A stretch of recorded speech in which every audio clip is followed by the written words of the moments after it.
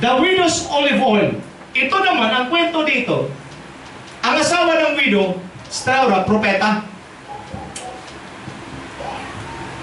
Namatay ngayon tong propeta. Ang problema, mga kapatid, maraming utang.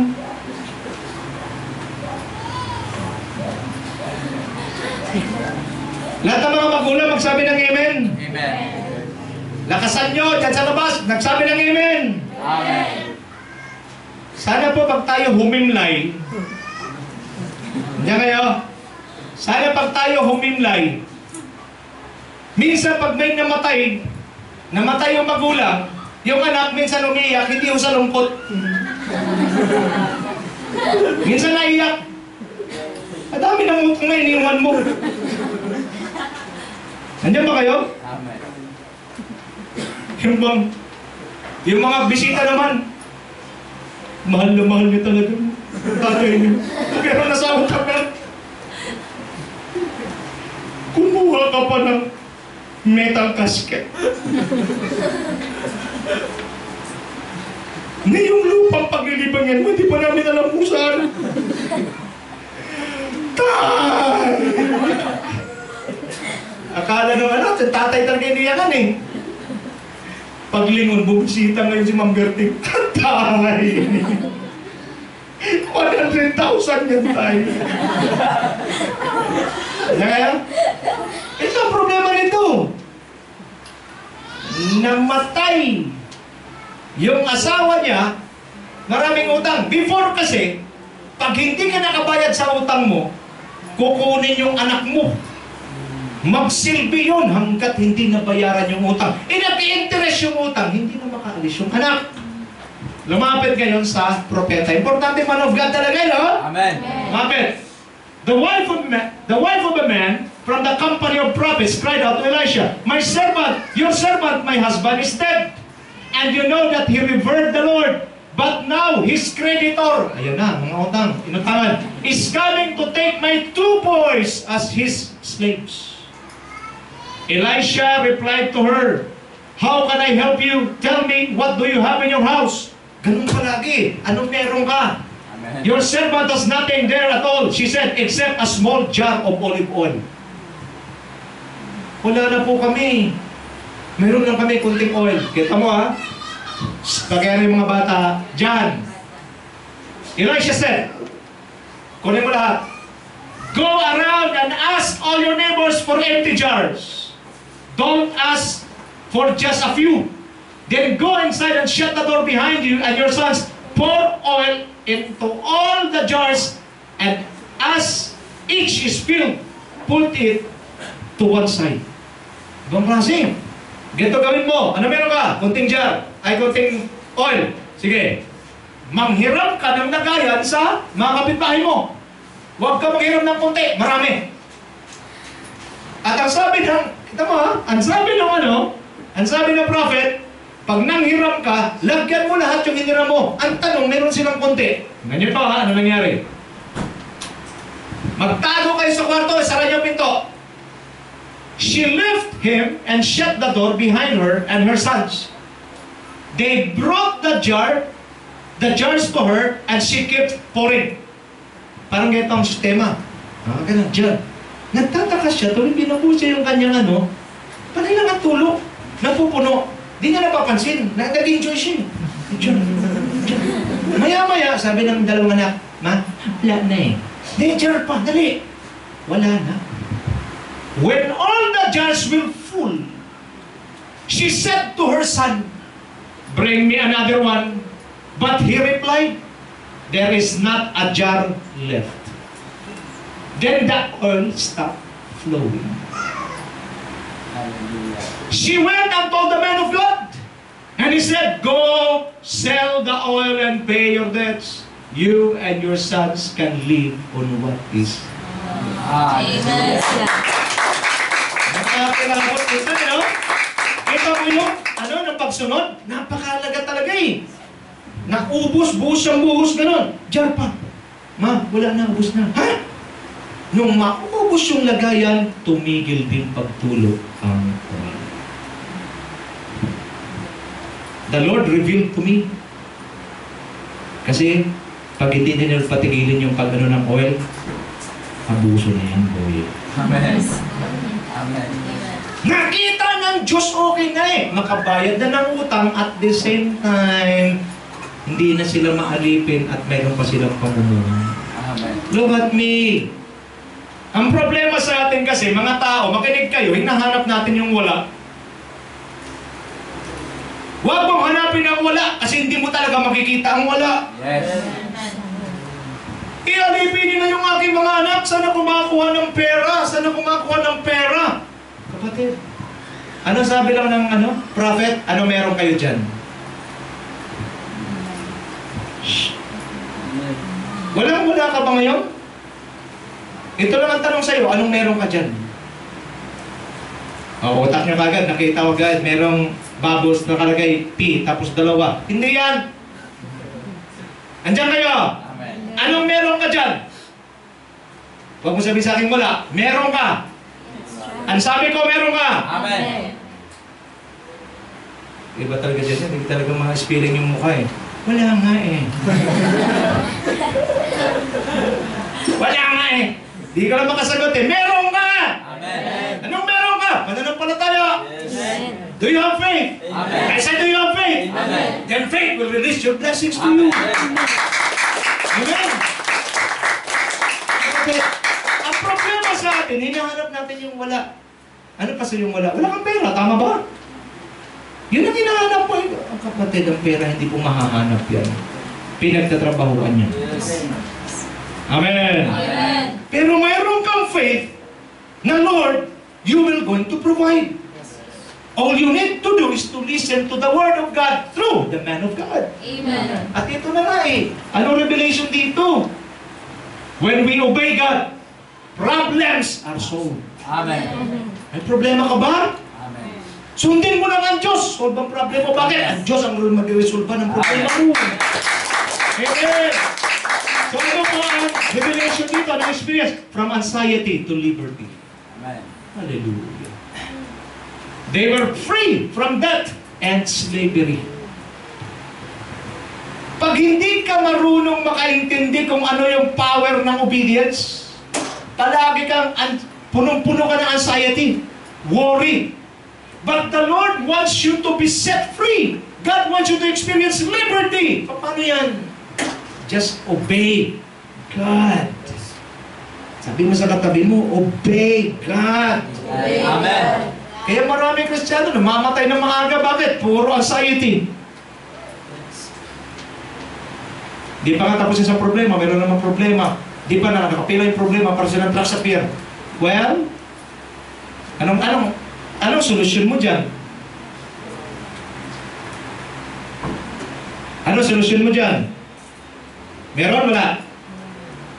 Meron, wala? Meron. Okay, nahirapan kayo sa Tagalog. Inglesin natin. What is your solution with your problem? Do you have a solution to your problem? Yes. Yes. Nahirapan ulit yung mga iba. Ano sa may mong solution sa imong problema niya? Masa, manin mo na. Nakakabay solution din sa imong problema. Ang problema sa atin, yung wala, hinahanap natin. Pilit natin. Pinipilit ang ating utak. Magkakaroon ng solusyon yan. Matulisok na may mong utok. Maluwag ang tornilyo sa imong utok. Hando sa mabukong ka. Kasi di man mo na kaya. Kinahanglan yun din mo ang Ginoo. You need God. Yes. Then how God move? Paano ang Diyos kikilo sa akin? Kapatid, di mo kailangan pilitin ng Diyos. Stella, sundan mo lang siya. Amen. Lord, wherever you go, I will follow. Amen. Left face, right face, about face. Sunod ka lang. Amen. Kita mo sila sumunod doon. Amen. Magtataka ka. Pera mo 50 na lang. Pamasahe ng anak mo wala. Magugulat ka. Darating yung kapitbahay mo dadaan. Pastor, anak mo lalabas ba? Opo, palabas na. Sabay ko na. Libre ka ng pamasahe. Amen. Amen. Ano oras siya uwi? Mga 8. At tama-tama, hindi na uwi ko. Libre ka na. Amen. Pagdating mo doon sa kainan, bro, sabay na tayo. Hindi, sabi na alam mo hindi na. Hindi, birthday ko ngayon, sabay ka na. Amen. Nandiyan ka ba? Amen. Tapos pagbalik, tama-tama, nag-bake yung aking misis ng cake. Tara, kita mo, may dessert pa. Ba't pastor, galing mo magkwento? Nangyari kasi sa akin lahat yan. Amen. Kunti, ang pera ko, 100 na lang, kulang na yan. Biglang may mag-iya sa akin. Bro, Brenda, alam ko naman Teko, ko na lang. Sagot ko. Tara. Mabilis talaga. Kapag ko lang sa kainan. Alam mo, sabi, bro, order ka lang kung anong gusto mo. Sigurado ka. Order ka lang. Sagot ko. Isang carbonara, tsaka isang yung cheese na ganito. Bro, sagot ko yung lahat. Bakit? Birthday ko ngayon. Dagdagan mo ice cream. Wala kang pera, pero nagpo-provide ito sa ibang paraan. Amen. Pag uwi ko, pagsakay ko ng ganun, bilang makasabay ko yung isang kilala ko. Mare, LRT. O, di ba may card? Bibili lang ang card. Oy, baka na bumili ka. Bakit? Dalawa to akin. Saksak. Pasok din Amen. Pagdating ko sa Pasay, meron ka ng mga kasabay. Hindi po jeep. Taxi. Bro! Uwi ka na po. Boss, tingnan mo. Pasok ka. Hallelujah. Sagot saan na galing? Pagdating mo dito, pag uwi mo sa bahay, may kakatok. Pastor, nagluto kaming ulam. Dito kami. Ano nangyari? Kulang ng bigas. 100 na nga kulang na May darating naman, may daladalang bag. Kwento ng kwentuhan. Alam naman mga pastor, kahit nahirap ka na, kwentuhan pa rin. 100 na ng pera, ulis ka na, makahanap ka ng bigas. Pastor, grabe yung problema talaga. Pastor, ganun ka na, lakasan mo lang loob mo. Bisan mo kasi. Maya-maya! Ay, pastor, may dalang bag Maya-maya akala ko gamit Ay, pastor, tama-tama. Sabi ko naman yung bag mo. Hindi, dala ko talaga para sa'yo. Bagong aning kasi. Hallelujah. Diyos ko, buti na, hindi siya umalis agad. Kung pinakalis ko pala ito, delikado pa. Pagkasabi sa katabi mo, pagtyagaan mo kausap mo. Kung pinalis ko kagad, yung disgrasya, bagong aning. Amen. Ano kayo? Marunong Diyos. At sabi nga, marunong ang Diyos. Just obey. Amen. Di pa ako tapos, meron pa. Ito pa, Elisha the committed widow. Anong background dito? Para may idea kayo One day, Elisha went to Shunem, and a well-to-do woman, yaman, well-to-do woman was there. Her urged him to stay for a meal. Ito maganda Mag-alaga kayo. Ito paunawa ko sa inyo lahat Mag-alaga kayo ng lingkod ng Diyos. Amen. Anong sabi? Lingkod ng Diyos, halika, sabi ko kumain. So whenever he come by, tuwing pupunta si Elijah, he stopped there to eat.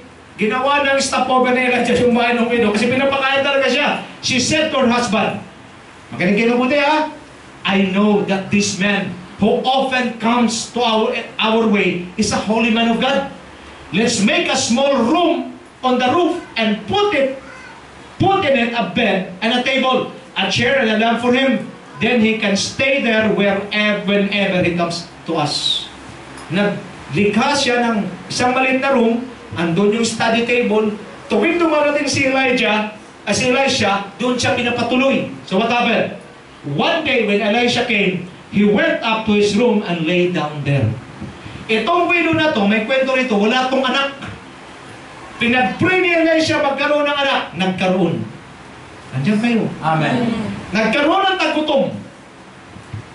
Now Elisha said to the woman whose son has restored to life. Yung kanyang anak namatay, binuhay ng Diyos. Grabe talaga. Go away with your family and stay for a while, wherever you can, because the Lord has decreed a famine in the land that will last 7 years. Ang ganda talaga Pag ikaw ay nag-aalaga ng lingkod ng Diyos, protektado ka. Amen. Nagkaroon ng 7 years sa tagutom, magkakaroon pa lang, pinaalis ka na, pinalipat niya. Ito ang problema. The woman proceeded to do as the man of God said. She and her family went away and stayed in the land of the Philistines 7 years. Ang problema, pagbalik niya, nakamkam na yung kanyang ari-arian. Okay? At the end of the 7 years, she came back from the land of the Philistines and went to appeal to the king for her house and land. Kinamkam ngayon, yung kanyang ari-arian, tsaka yung kanyang bahay. The king was talking to Gehazi. Sino si Gehazi? Alawin ni Elisha, the servant of the man of God. And had said, tell me about all the great things Elisha has done. Just as Gehazi was telling the king how Elisha had restored the dead to life, the woman whose son Elisha had brought back to life came to appeal to the king for her house and land. Gehazi said, look at what happened. This is the woman, my lord the king, and this is the son, her son, whom Elisha restored to life. The king asked the woman about it, and she told him what happened. Then he assigned an official to her case and said to him, listen carefully, give back everything that belonged to her, including all the income from her land from the day she left the country until now. Amen. Amen. Sabi ng lingkod ng Diyos, alis ka, magtagkaroon tagutom dito sa lugar mo. Umalis siya 7 years. Pagbalik niya, kinamkam yung kanyang ari-arian, yung kanyang bahay kinuha. Nag-appeal siya, king, that's mine. Pero ano pong ginawa ng Diyos? Pinaalala sa hari yung ginawa ng Diyos ginawa ni Elisha sa kanyang buhay, yung kanyang pag-aalaga kay Elisha, yung kanyang anak, binuhay. What happened? Sabi ng king, ikaw, officer, asikasuhin mo yung kanyang kaso. Lahat ng kanyang ari-arian ibalik sa kanya at yung lahat ng tinubo ibalik. Amen. Hallelujah. Amen.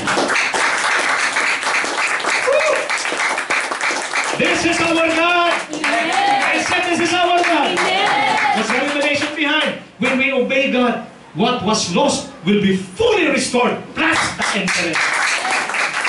Amen. Isang malakas sa palakpak sa ating Diyos sa buwan. If you lost something, do not worry. Ibabalik ng Diyos ang lahat ng nawala sa iyo kasama interest. Sumunod ka lang sa Diyos. Amen. Maliwanag? Amen. Pag hindi mo alam ang ganitong revelation, palagi kang nanghihinayang ako. Palagi ka na lang ganun. Bakit? Sayang. Sayang yung opportunity, sayang yung ininvest ko. Kapatid, pwede mong bakit dyan? Dyan. Okay? Bakit nawala?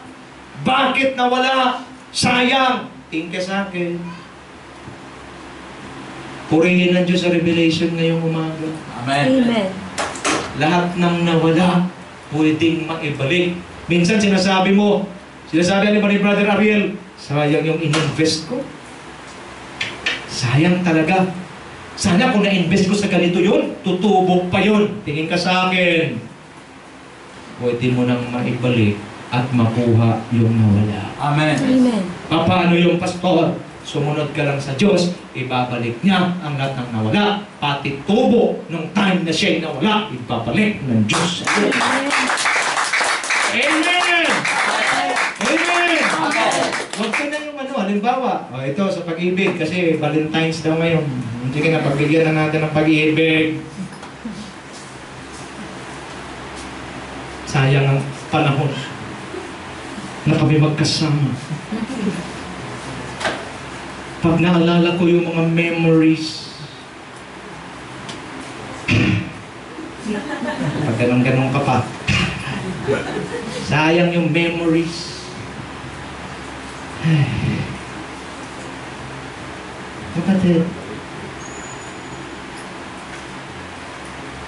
kung hindi na mag-work out, the more na hinahawakan mo ang lubid at huwag mong bitawan at ito'y pilit na humuhulagpos sa iyong mga kamay, masasaktan ka lang. Pero oras na bitawan mo ito, yan lang ang tanging paraan. Set her free. Amen? Amen. Oh God! Okay? Nya ka? Gusto ko maintindihan mo to. Yung mga nawala sa'yo, pag-ibig man yan, o ano man yan, pera man yan, whatever it is, may chance na para ma-restore. Amen. Ang sabi ko, may chance na para ma-restore. Amen. All you need to do is to obey God. Come to God. Ask the man of God, anong dapat kong gawin para mangyari may balik. Huwag yun ang panghinayangan yung mga nawala kasi kayang ibalik ng Diyos kasama interest. Amen. Amen? Pagkakasin ko, glory to God. Kung nagkamali ka sa pag-ibig, siguraduhin mo sa susunod, tama na. Amen? Kasi pag ikaw nagkamali pa rin sa pangalawa, meron akong i-representa sa'yo. Tok mo dun. Okay? Ano yung pastor? Tok mo dun, ulo mo. Okay? Hindi mo naintindihan talaga. Yung iba, bago matuto, makalima muna eh. Okay? Pagkasabi sa katabi mo, tok mo dun. Yan ang pinaka-the best na. Checkin ko sa'yo, pag natok mo dun ka, malilinawan ka. Okay? Ano experience dito? From desperation to celebration. Amen? Pagbalik niya, desperado na siya. Ano pang abutan ko rito? Pero yung desperation, nung ibalik sa kanya, sabi ng hari, kwentahin. Including all the income from her land, from the day she left the country, walang nasayang 7 taon, simula nung umalis siya. Siguraduhin mo, accountant na magaling ang ipakwenta mo dyan. Simula nung umalis siya, hanggang sa pagbalik. From desperation to celebration. Woo! Amen! Everybody shout, praise the Lord! Pag-asa natin. Kaya walang sayang na oras, walang sayang na panahon, walang sayang na relasyon. Lahat yan. Mag-learn ka na lang. Amen? Amen. Sino ba? Ito, Moses and the Israelites crossing the Red Sea. Ano naman to? Okay? Kwento ko na lang. Nandyan yung ano dyan, oh. Then Moses stretched out his hand over the sea. In-stretch out niya lang. Nahati yung ano. Tumawid sila. Sumunod ang mga Egyptians. Nilunod ng Diyos. So what happened? Sabi ng mga Egyptians, balik na! Bakit? Hindi na Israelita ang kalaban natin. Diyos na! Amen. Nung bumalik sila, sabi ng Lord, itutok mo ang tungkod. Nagsara. Patay lahat. Nandiyan kayo. Amen. Ano po ang revelation dyan? When we obey God, we will see the impossible becomes possible. The invisible becomes visible. Amen! Tingin. Lahat na sa labas. Tingin na sa screen. Tingnan niyo ang mabuti. Hindi mo pa nakikita ang magandang layunin ng Diyos sa iyo ngayon. But the moment you keep on obeying God, yung impossible nagiging possible. Yes. Amen. Yung invisible nagiging visible. Amen. Pastor, parang imposible yan. Maganda nga imposible. Bakit? Kasi sa Diyos walang imposible. Amen. Ano po ang ating lesson dito? Anong experience natin? From obstacles to miracles. Amen. Amen! Amen! Yung obstacles mo today, huwag mo yung kainisan, huwag mo yung kagalitan. Kasi mula sa obstacles na yan, dyan din magsimula ang miracles. Amen. Diyos. Amen. See, obedience will be the reason for the release of your blessings. Obedience will lead you from desperation to celebration. From obstacles to miracles. Amen? Amen. Kaya nga po, importante, pag nag-journey ka towards destiny, sincere ka sa obedience mo. Amen. Di pwede na hindi ka sincere. Ako, ito na yung tinatayuan ko ngayon. If others will not, I don't care. Amen. Hindi dapat hilaw yung pagsunod mo sa Diyos. Amen. Pakisabi sa katabi mo, hindi dapat hilaw. Dapat ilaw.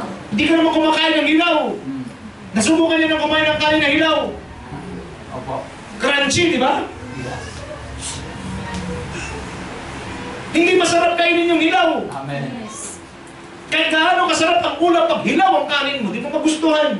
That's right. Same thing sa Diyos. Susunod ka lang sa Diyos, kailangan talaga lutong-luto ka. Amen. Amen. Amen. Ganon sila eh. Hindi madali si Stalora sigawan ka ng 600 people. 600,000 people. Sumigaw kay Moses. Ano ngayon?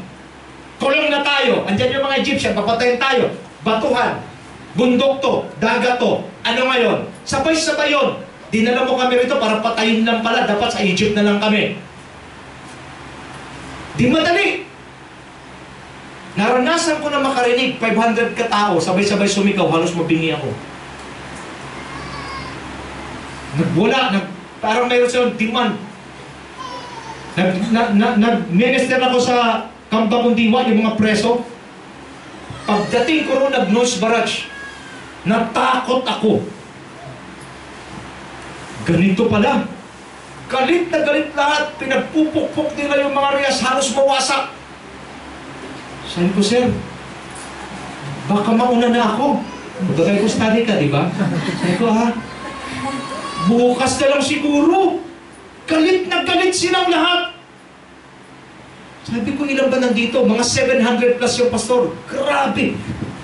Ginaganon nila yung ano. Sabi ko, di ba Bible study ka, di ba? Sabi ko, bukas na. Sa makalawa na. Nakakatakot. Ito 600,000. Sinisisi si Moises. And then, ang gagawin ni Moises, itatapat niya yung tungkod. Di ba lalong katawa-tawa? Aba, may patapat-tapat ka pa ng tungkod dyan ah! Tulak ka namin dyan eh! Nakagets mo yung ano? Pero nakita mo yung ginawa ni Moises? Isabi ng Diyos itapat eh! Pero grabe na yung yaw-yaw sa kanya, ibang klase talaga! Nang tinapat niya ganyan, umiip yung hangin. Yung kita tingin sa akin. Tuloy ka lang sa pagsunod sa Diyos. Kahit maraming mga nanninira sa iyo, kahit maraming nagsisermon sa iyo, kahit maraming may mga sinasabi laban sa iyo, tuloy ka lang. Kasi pag umihip na, pag umihip ng hangin ng Diyos, pag gumalaw na ang Diyos, nanahimik yung mga maingay, nung makita nila ang dagat ay natuyo at ang lupa ay nakahanda na kanilang dadaanan. Amen. Amen? Kaya problema sa atin, di tayo katulad ni Moises. Mas pinakinggan natin yung mga sabi-sabi sa atin. Kung si Moises di nakinig sa Diyos, di sumunod sa Diyos, itong gagawin niya. Pastor, paano mo nalaman? Matindi ang aking imagination eh. Teka. Actually ako, nagsisisi rin ako, ba't ako sumunod sa Diyos eh? Kung ganito naman pala nangyari, let's return to Egypt. Ganun gagawin niya eh. Pero iba naririnig niya eh. Lord, ikaw tumawag sa akin dito. Kausap niya ang Diyos din sa akin. Sa oras na mabigat ang problema, isa lang ang dapat kinakausap mo, Diyos. Amen. Yan ang kinakausap. Lord, ang gagawin ko. Umiyak na si Moses eh. Lord, paano na to? Sabi ni Lord, ba't ka umiyak? Ka umiyak, ano meron sa kamay mo? Tungkol. Tungkol. Alam mo yun? Kapatid, huwag mong ismulin kung anong meron ka ngayon. Amen. Gusto niyo subukan natin? Amen. Gusto niyo subukan? Amen. Okay. Try to check what you have in you right now. Sige. Anong meron ka? Please lang, wag na puro pitaka. Pitaka tinitingnan mo eh. Anong meron ka? Si Moses, tungkol. Ikaw, ano meron ka? Ha? Nail cutter. Ano meron ka? Hawakan mo kung anong meron ka ngayon. Diyan ka. Hawakan mo kung anong meron ka ngayon. Kasi mula sa kung anong meron ka, diyan magsisimula ang gagawin ng Diyos na miracle sa iyo. Amen. Amen. Tungkol! Sabi ni Lord, tama ka. Kasi yun lang talagang meron ka. Itutok mo na hati. And God made a highway in the sea. Amen. Hallelujah. Nakatawid lahat. At alam mo yung sinasabi ng mga reklamador? Nagkaroon ng wall of waters. Di na sila pumunta sa Ocean Park. Nakita nila mga dolphin. Ang ganda.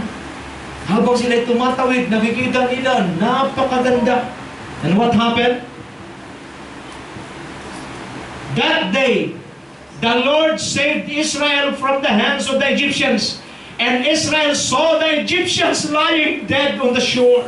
And when the Israelites saw the mighty hand of the Lord displayed against the Egyptians, the people feared the Lord. Amen. Natakot sila sa Diyos. Amen. From obstacles to miracles. Alam mo, lakas ang aking impression sa Lord sa akin ngayong umaga, marami tayong obstacles sa buhay natin. Yes. Kayo mga nasa labas, tama ba? May mga obstacles tayo. Pero don't worry about the obstacles. Because from obstacles, it will be turned into miracles. Hallelujah! And we shall praise the Lord! Amen! Now, last but not the least, let us explore the biblical blessings about obedience. Let me read to you Deuteronomy 28, 1-14. The blessings for obedience. If you fully obey, hindi ko na i-preach to kundi explanation lang, babasahin ko lang. If you fully obey the Lord your God and carefully follow all His commands I give you today, the Lord your God will set you high above all the nations on the earth. All these blessings will come on you and accompany you if you obey the Lord your God. You will be blessed in the city and blessed in the country. Amen? Amen. Ganito ang obedience. Pag ikaw sumusunod sa Diyos, i-bless ka ng Panginoon sa syudad at maging sa buong Pilipinas. Amen. Ano pa nangyari? The fruit of your womb will be blessed, and the crops of your land, and the young of your livestock, the calves and your herds, and the lambs of your flocks, even your possessions, they will be blessed by God. Amen. What else? Your basket and your kneading through will be blessed. Pati lagayan mo, i-blessed ng Diyos. Amen. Pakitanong yung katabi mo, kumusta ang palabigasan mo? Ano sagot? Buslot. Okay?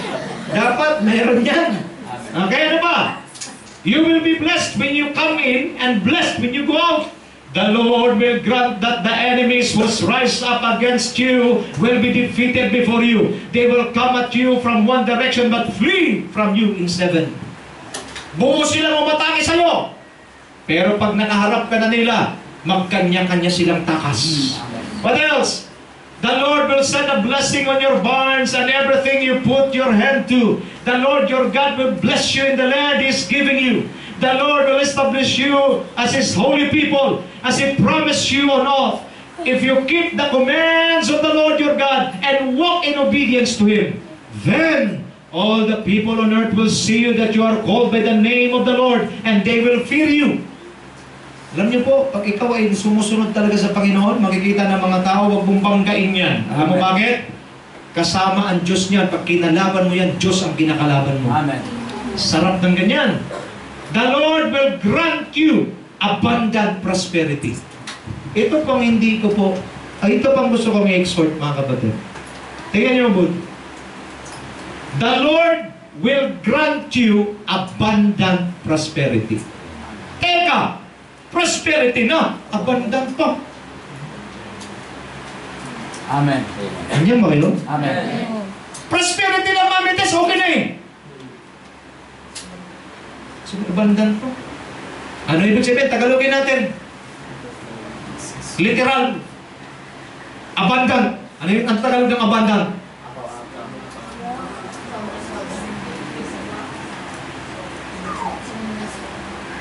Sino rito ang Tagalog na pure? Mini, dito iba yun. Eh, Jessar. Ano yung abundant? Nag-uumapaw. Tama ba? Tama ba? Sa labas, tama ba yun? Nag-uumapaw? Ayun! Masagana! Masagana! Masagana ang 6, masagana 99, masagana, basta masagana! Ibig sabihin, pag sinasabing, Bernard, ano naman ang rep mo? Buksan mo, pastor, masagana yan. May manok, may pabo, may lahat na yata ng hayop nandyan. Nandyan ba kayo? Pagtingin sa bulsa, Hoy Bernard, yung bulsa mo, naka-usli ang 1,000. Nagpasyon kasi, 30,000 ito nandito. May usli na ito. Nandiyan kayo? Hoy Bernard, pagkipasok naman yung 1,000 dyan, naka-usli na. Bayaan mo na pastor, 40,000 kasi nandiyan. Ipa, di ba sa bulsa mo? Pastor, kada bulso kami, 100,000 din. Okay naman ito. Masada na! Nandiyan ba kayo? Amen. Yan lang. Kaso, ano yung prosperity sa Tagalog? Prosperity sa Tagalog? Ha? Ano? Masaganang kasaganaan. Masaganang kasaganaan. Pag-unlad. Pag-angat. Pagyaro. Yan ang problema sa atin pag hindi ka ng Tagalog eh. Siguro, apaw-apaw na kasaganan. Ayun! Apaw-apaw na kasaganan. Ayun, ay, buti na lang, may tayo si Mami Tess, aralin panlipunan yan. Apaw-apaw na kasaganaan! Amen. Pakisabi sa katabi mo, apaw-apaw na kasaganaan. Halapakan natin si Lord.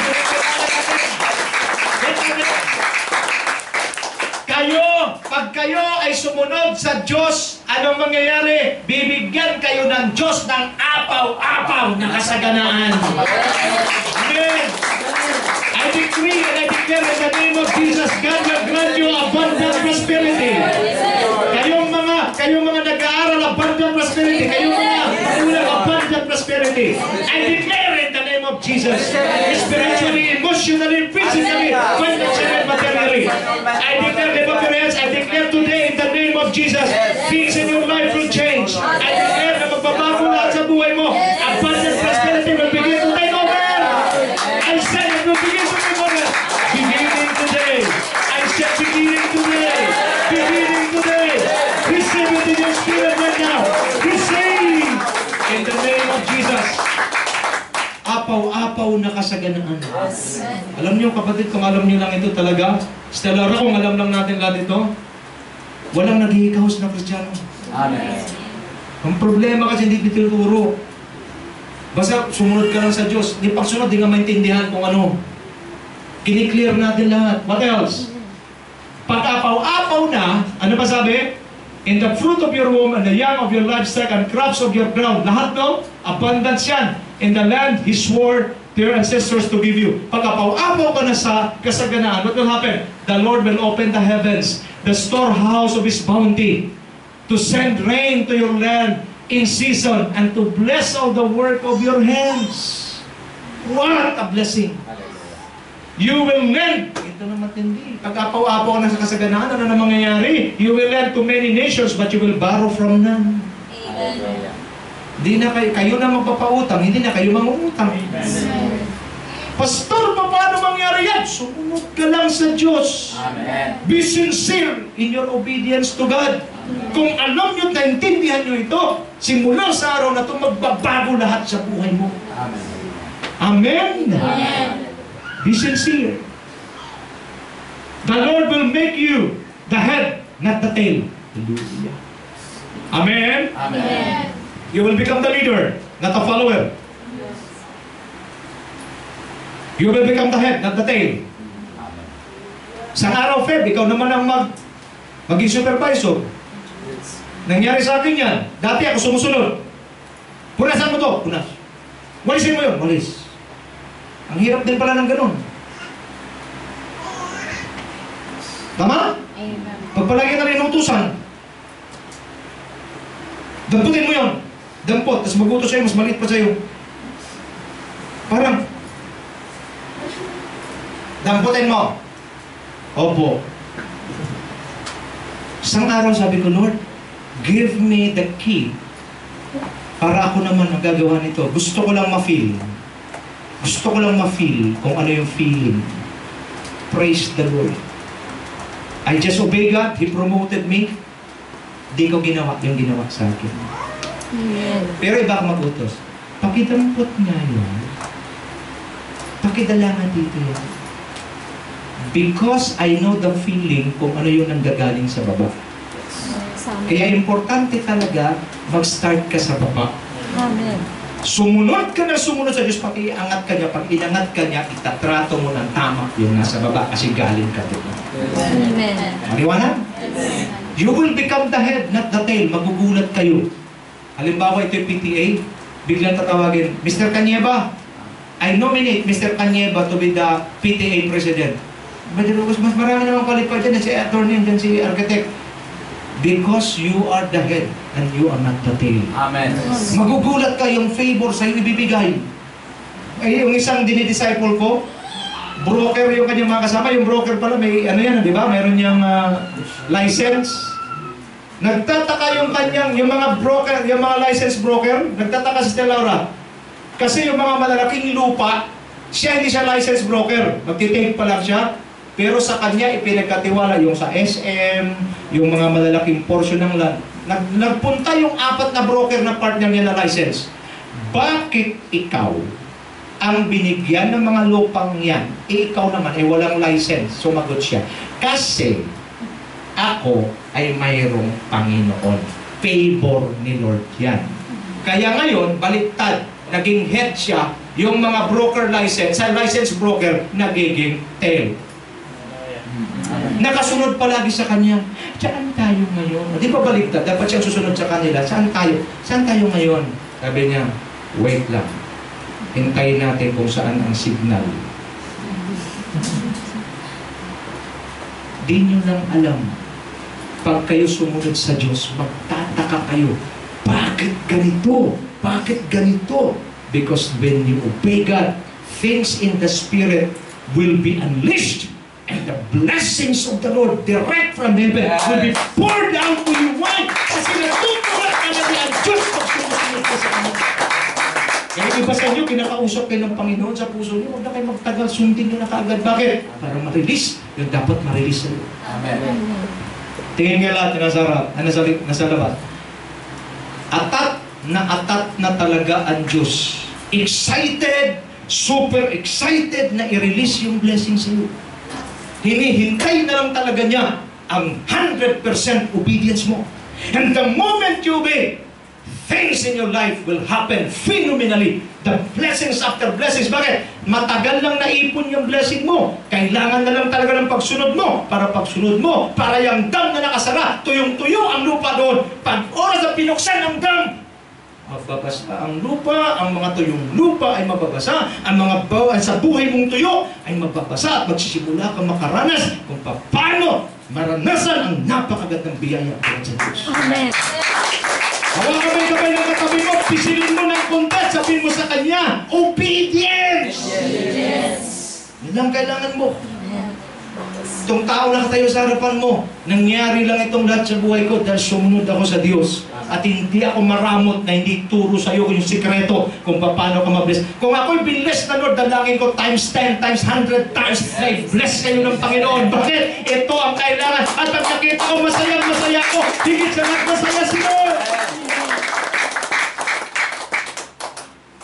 The Lord will make you the head, not the tail, if you pay attention to the commands of the Lord your God that I give you this day and carefully follow them. You will always be at the top. You will always be at the top, never at the bottom. Amen. Hallelujah. See the power of obedience. Last but not the least, do not turn aside from any of the commands I give you today, to the right or to the left, following other gods and serving them. Isa lang ang tunay at buhay na Diyos at siya yung pinag-uusapan natin. Ang Diyos na naghatid ng Red Sea, siya ang Diyos na pinag-uusapan natin. As I end, gusto ko lang sabihin, hindi maramot ang Diyos. Amen. Gusto ko lang sabihin, hindi pihin ang Diyos. Amen. Gusto ko lang sabihin, ang Diyos ay nakakarinig at ang Diyos ay handang umabot. Amen. Pero inihintay niya ang iyong obedience. Amen. Kayong mga sumunod na sa Kanya, I release these blessings to you. You will going to receive what the Lord had intended for you in your lifetime. At kayo na hindi pa sumusunod, mayroong area sa buhay mo na talagang kinakalaban mo ang Diyos, kapatid.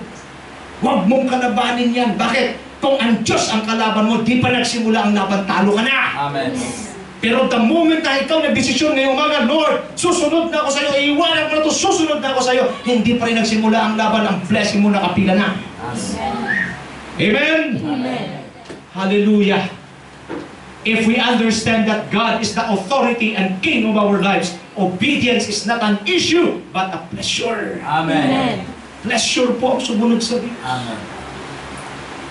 Let me end with you with my testimony. When God called me in the ministry, it's not easy. Sanay ako sa magandang buhay. Ang gaan ng buhay namin. Nung nakapagtrabaho ko sa multinational company, ang gaan talaga. And God called me, serve me.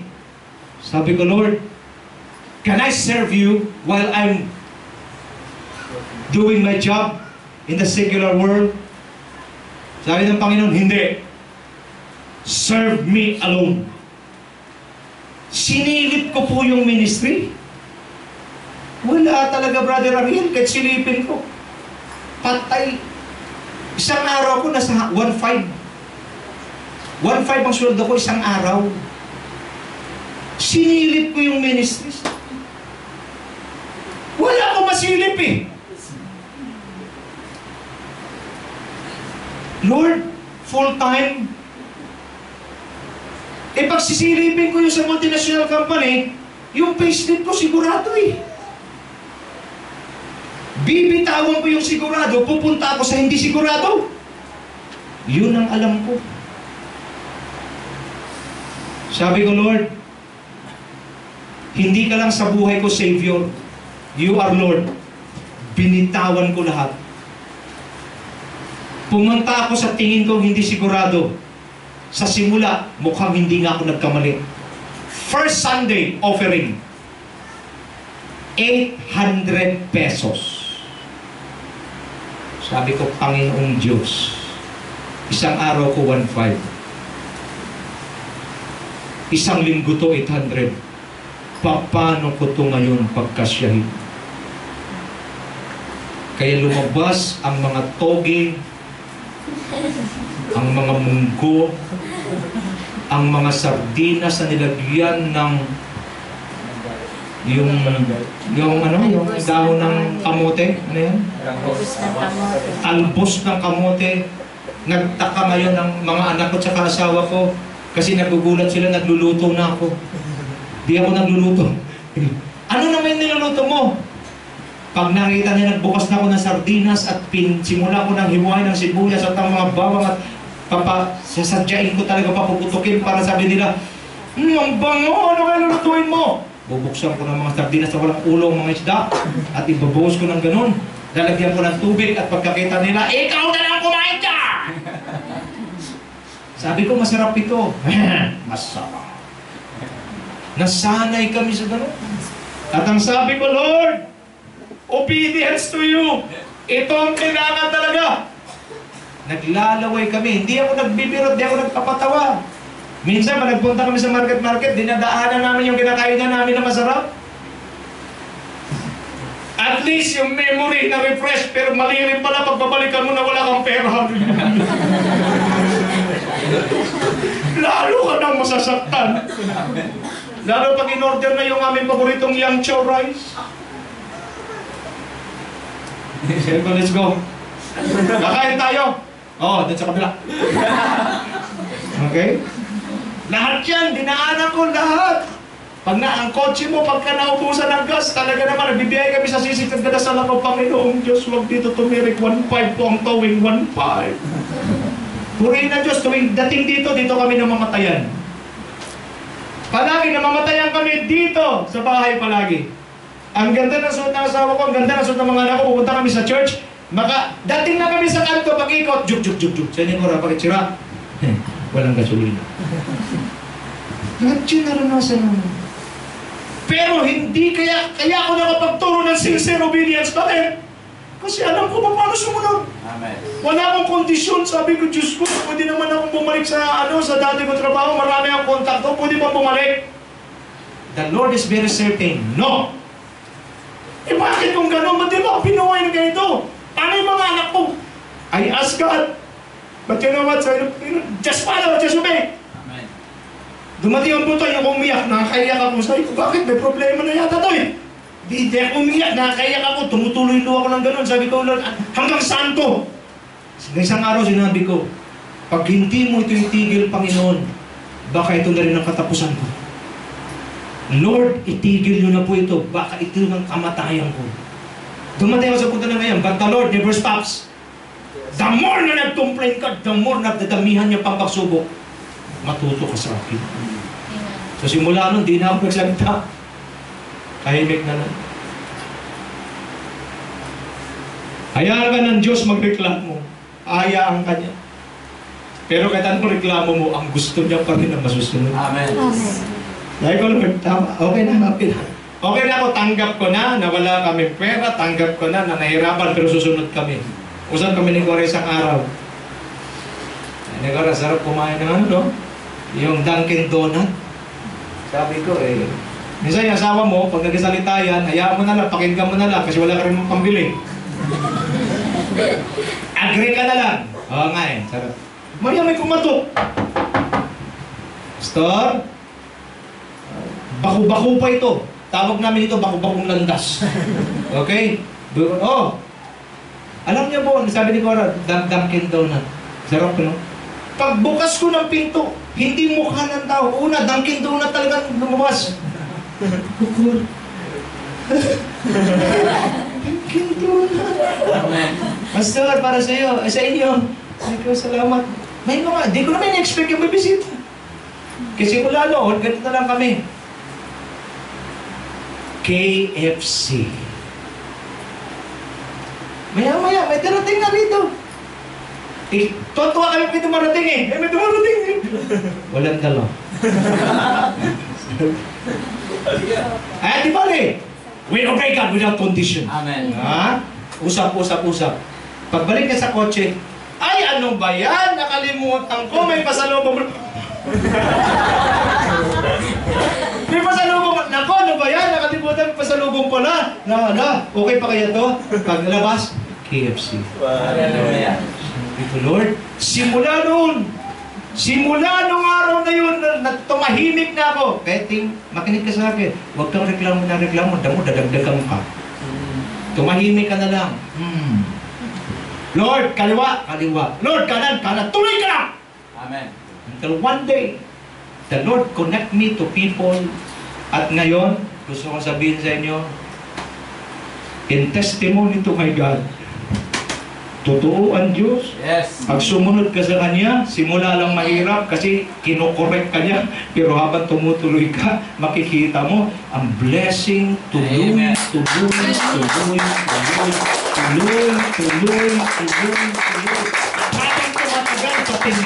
patindi. Tumayo tayo lahat ngayong umaga, purihin ng Diyos. If we understand that God is the authority and King of our lives, obedience is not an issue, but a pleasure. Reverend Charles Stanley says, obey God and leave all the consequences to Him. Minsan pag sumunod ka, mahirap. Paano to? Pero, sumunod ka lang sa Kanya. Ano mang consequence, bigay mo sa Diyos. Kaya ng Diyos i-handle yun. As you stand, mga kapatid, kayo mga sa loob sa labas, just bow down your heads, just close your eyes. It is my prayer that what I have experienced in obeying God, you will experience also. Ibig ko na maranasan ninyo kasi ito yung dahilan kung bakit ako nakatayo hanggang ngayon. Ito yung dahilan kung bakit pinagpapatuloy ko ang ganitong ministeryo. Kasi naniniwala ako na ang pagsunod sa Diyos ay siyang magiging susi para ang mga nakabinbin na pagpapala para sa iyo. When God created you before the foundation of the world, Psalms 139 ang sabi ng Diyos. Sabi ng Bible, nakita mo na ako, hindi pa ako pinanganak. Nakita ka na bago ko pa ipanganak. Ano ibig sabihin yan? Wala ka pa, tapos na ang plano niya sa iyo. Nadiskari lang dahil ayaw mong sumunod. Ngayong umaga, as you listen to this voice, I pray that you will going to break all disobedience in your life. Basagin mo na, kapatid. lahat ng disobedience sa buhay mo. Kayo ang nakilala sa sarili ng lubos. Kilala mo, sarili mo.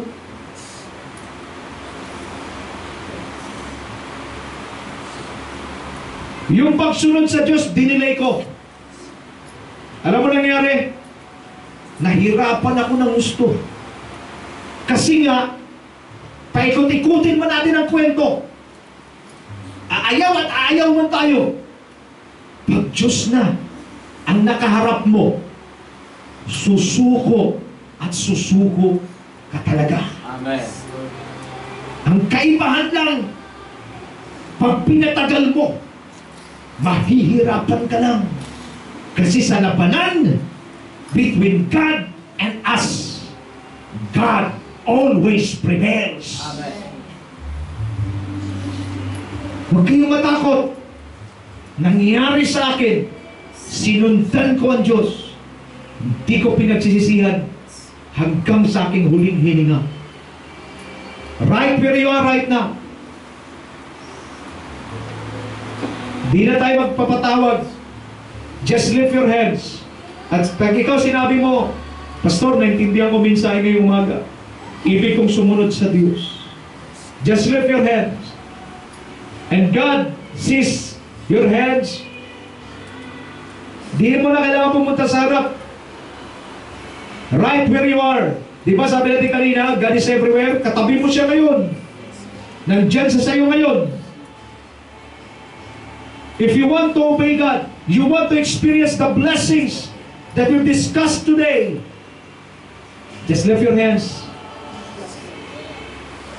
Sabihin mo sa Panginoon, Lord, simula sa araw na to, susunod ako sa iyo. A sincere obedience, I will going to offer to you. No conditions. Not dependent on blessings. A sincere obedience to God alone. Father, nakita mo mga kamay ng mga kapatid na nagtaas, Panginoon. Ibig nila, O Diyos, na sumunod sa iyo. Dalangin ko kung anong ginawa niyo po sa akin ay mangyari rin po sa kanila. Higit pa upang maranasan nila, Panginoon, ang pagpapalang matagal nang nakabinbin ay ma-release para sa bawat isa sa amin. Bless us, O God, in the almighty name of Jesus Christ, our Lord. This we pray. And everybody say, Amen. Amen. Bago ka mo po, sabihin mo sa katabi mo, sumunod na tayo.